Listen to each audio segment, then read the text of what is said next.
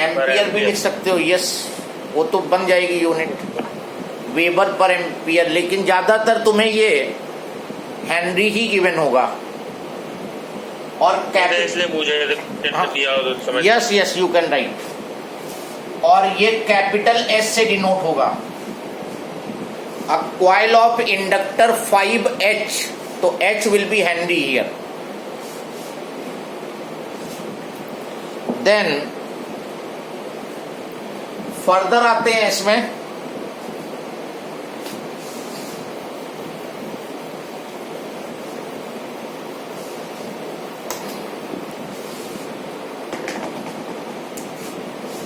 N phi is equal to Li, ये relation तुम्हारे पास है, N phi is equal to Li। If you change the current in the circuit, then flux will change. So this will be N delta phi, N constant है, change in flux delta phi when current you have changed.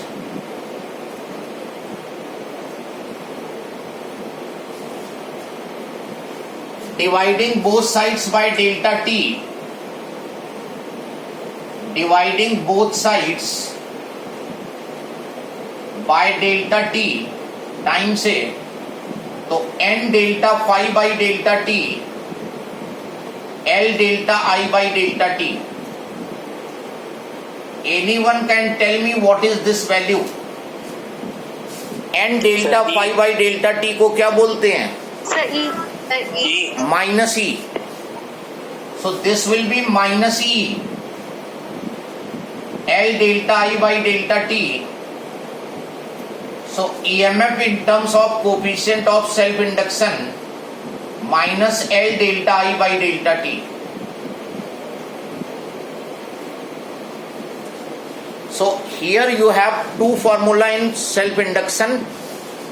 One is this one, N phi is equal to Li, and one in terms of EMF minus L delta I by delta t.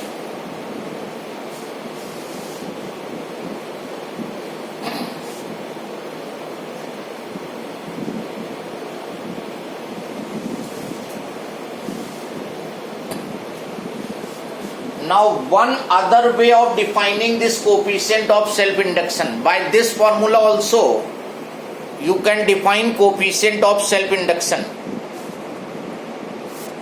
इस फॉर्मूले से भी define कर सकते हो। So write down another definition for coefficient of self induction. Another definition for coefficient of self induction,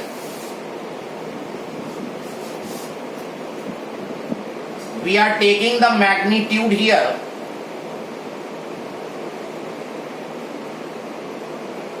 ये negative sign according to Lenz's law होता है ये। तो L को सब्जेक्ट बनाओ E divided by delta I by delta t।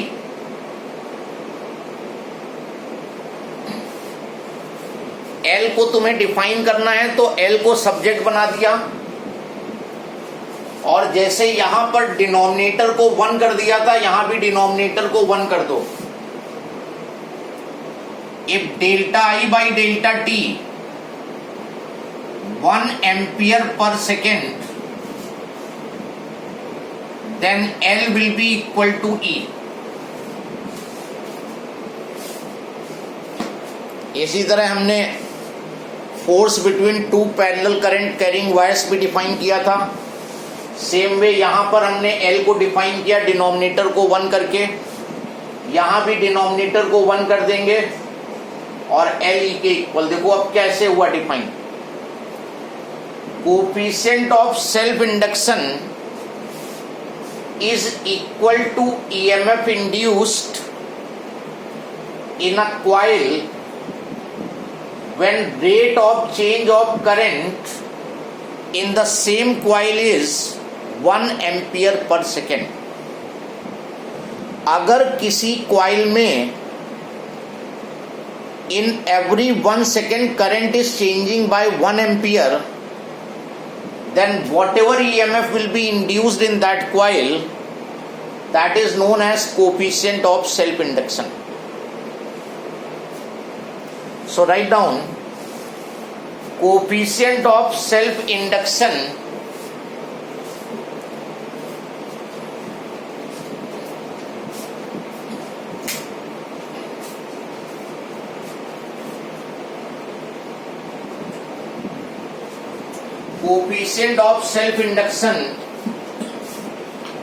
is equal to EMF induced in a coil is equal to EMF induced in a coil when rate of change of current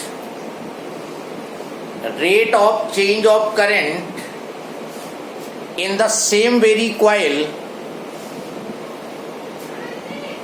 is 1 ampere per second.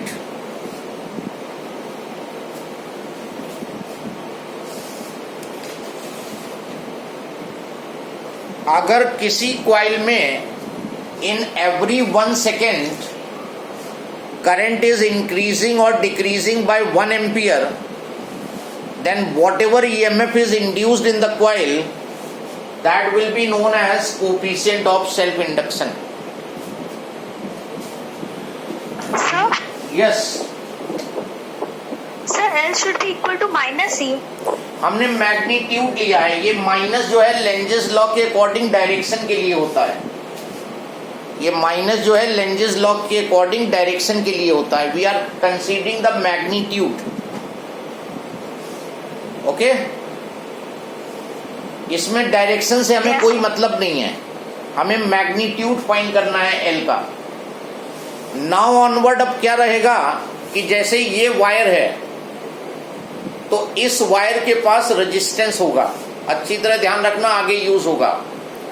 ये wire अगर तुम्हारे पास है तो इस wire के पास resistance होगा, और इस वायर की अगर कॉइल फॉर्म कर दो, इस तरह से तुमने कॉइल बना दी इस वायर की, इसकी कॉइल तुमने बना दी, you have made the coil from this wire.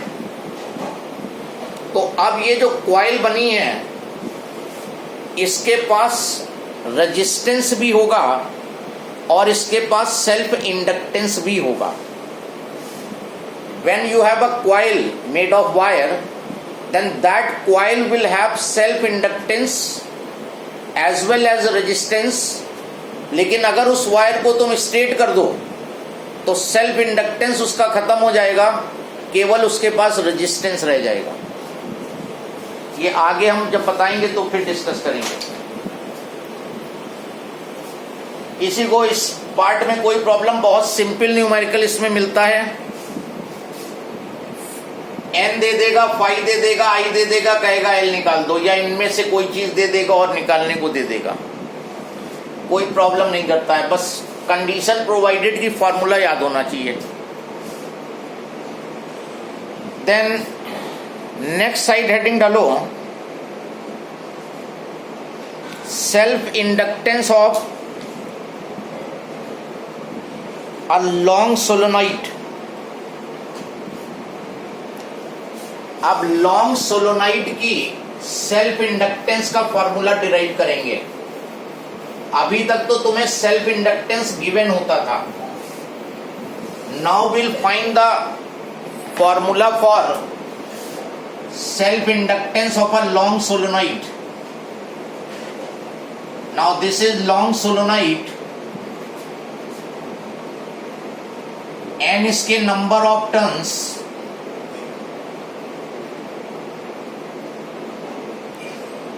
current flowing through it is I, flux linked with 1 turn is phi.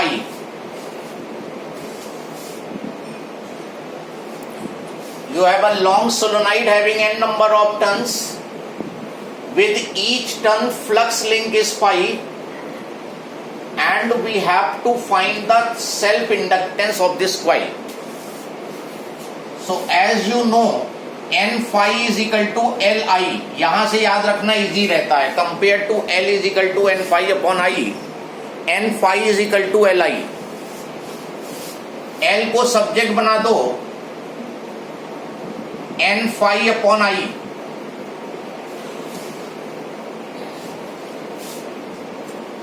N phi will be written as magnetic field into area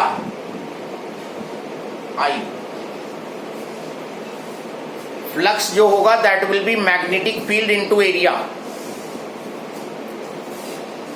anyone can tell what is the magnetic field of a inside a long solenoid? Long solenoid के inside magnetic field कितनी होती है? Mu naught N I, mu naught N I. तो N P की जगह पे रख दो mu naught N I, area I, और यहां पे जो एन है that is number of turns per unit length, ये ना भूल जाना। इस फॉर्मूले में जो एन होता है small N that is number of turns per unit length. ये आई और आई कैंसिल हो गया, तो self inductance of a solenoid mu naught capital N small N into A, और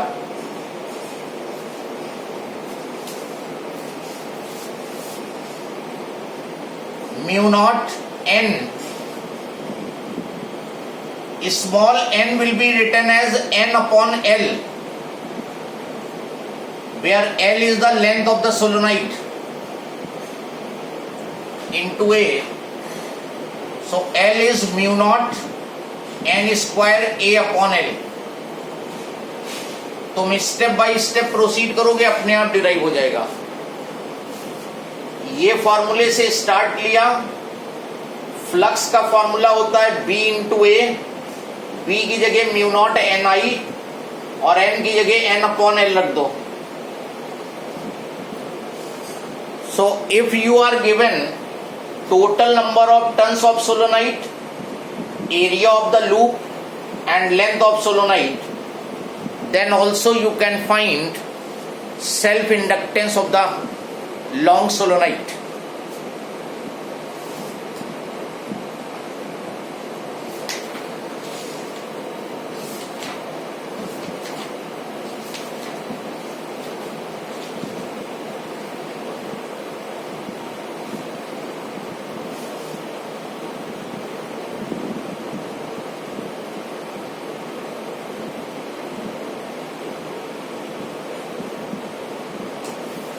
any problem up to this step? कोई चीज ना clear हो तो बताओ।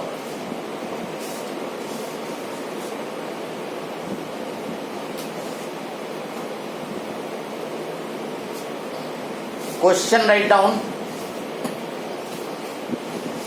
Sir, 1 minute. Okay 1 minute.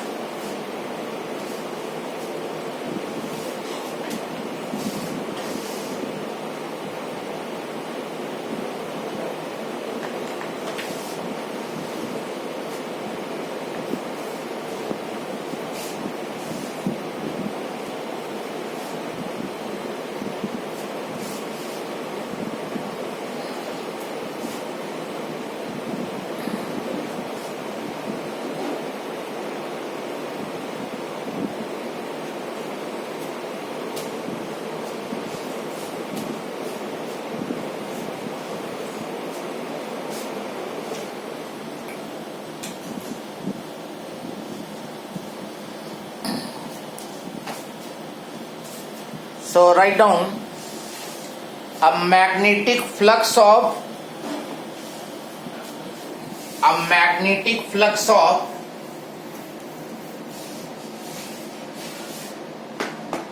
5 microweber 5 microweber is linked with a coil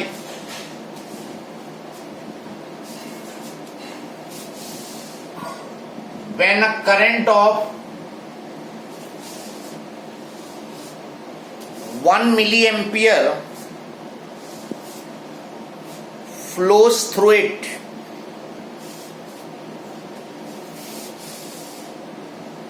calculate self-inductance of coil. Very simple question.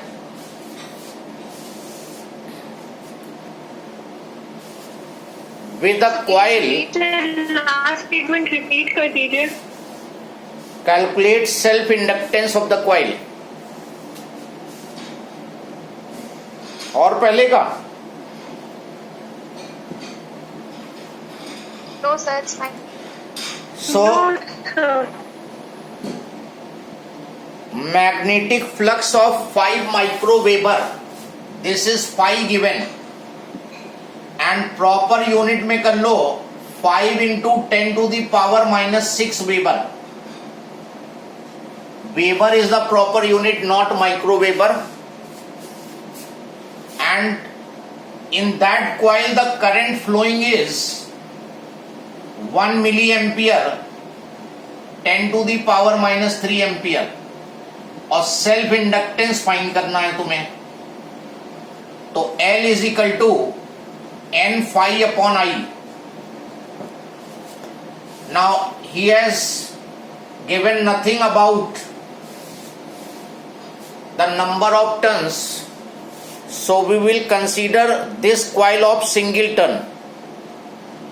Number of turns नहीं दिए हैं तो इसका मतलब इस कॉइल जो कॉइल है ये सिंगल टर्न की कॉइल है, दैट्स ऑल. तो n की वैल्यू 1 लेके सॉल्व कर दो.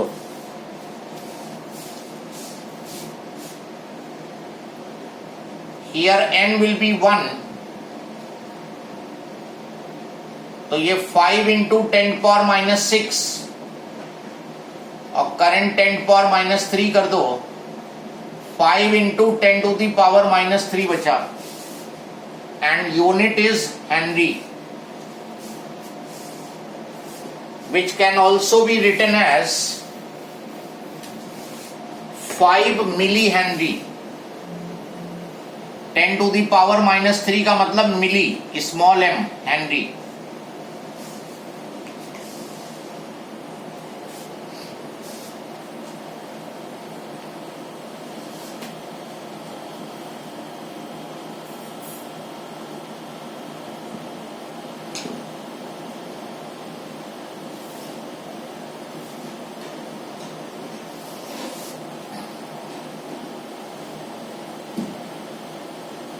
Next, if a rate of change of current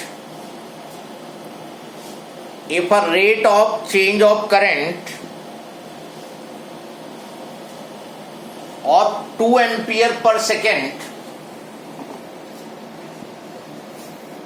if the rate of change of current of 2 ampere per second induces an EMF of 10 millivolt in a solenoid,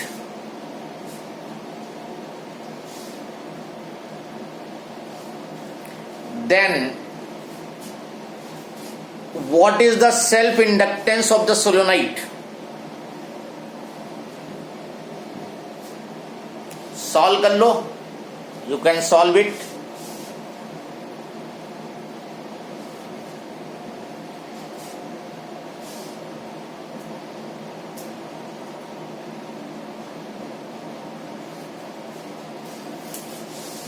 What is 2 ampere per second? This is delta I by delta T is given. Delta I by delta T, 2 ampere per second. Rate of change of current.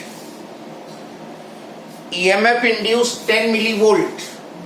E is 10 millivolt. तो ये हो गया 10 into 10 to the power minus 3 volt.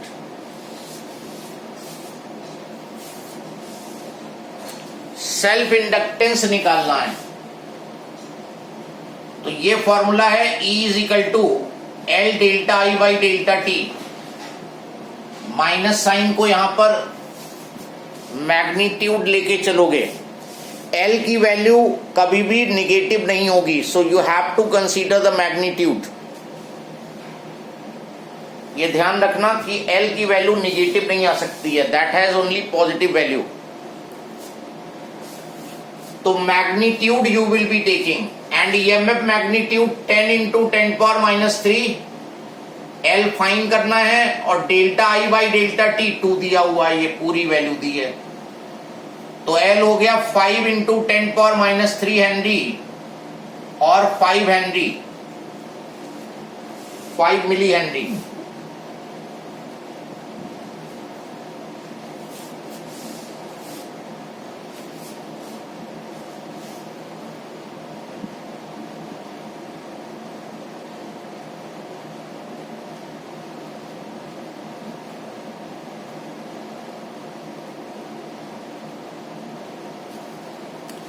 अगर कहीं पर by chance L जो है negative आ रहा हो, तुम आंसर जो रिपोर्ट करोगे वो पॉजिटिव में ही करोगे। L value will not be negative at all. Next question,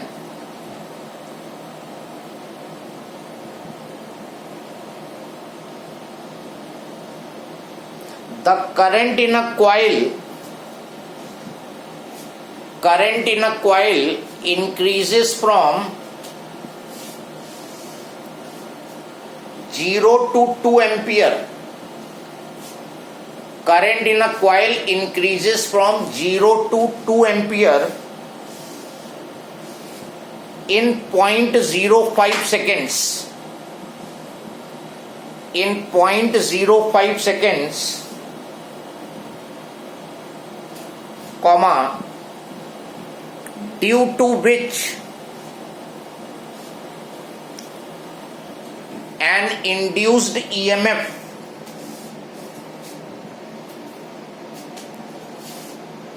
of 80 volt is developed. Induced EMF of 80 volt is developed. Calculate the coefficient of self induction of the coil. Yes, try this question.